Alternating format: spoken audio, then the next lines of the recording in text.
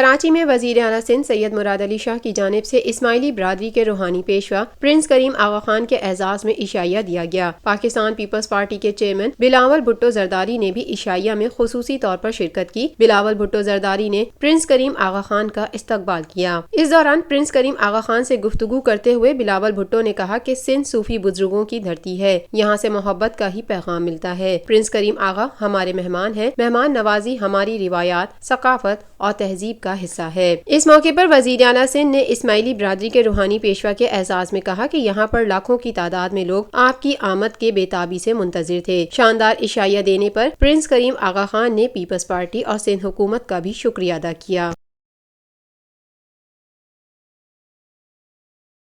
پاکستان میں پہلی مرتبہ حالات حاضرہ کے مختصر مگر جامع پروگرامز، خبروں، تبصروں کے علاوہ دیگر سماجی، تجارتی، ثقافتی، تفریحی، معلوماتی، مذہبی، تعلیمی، صحت اور بچوں کے پروگرامز صرف TNN TV پر۔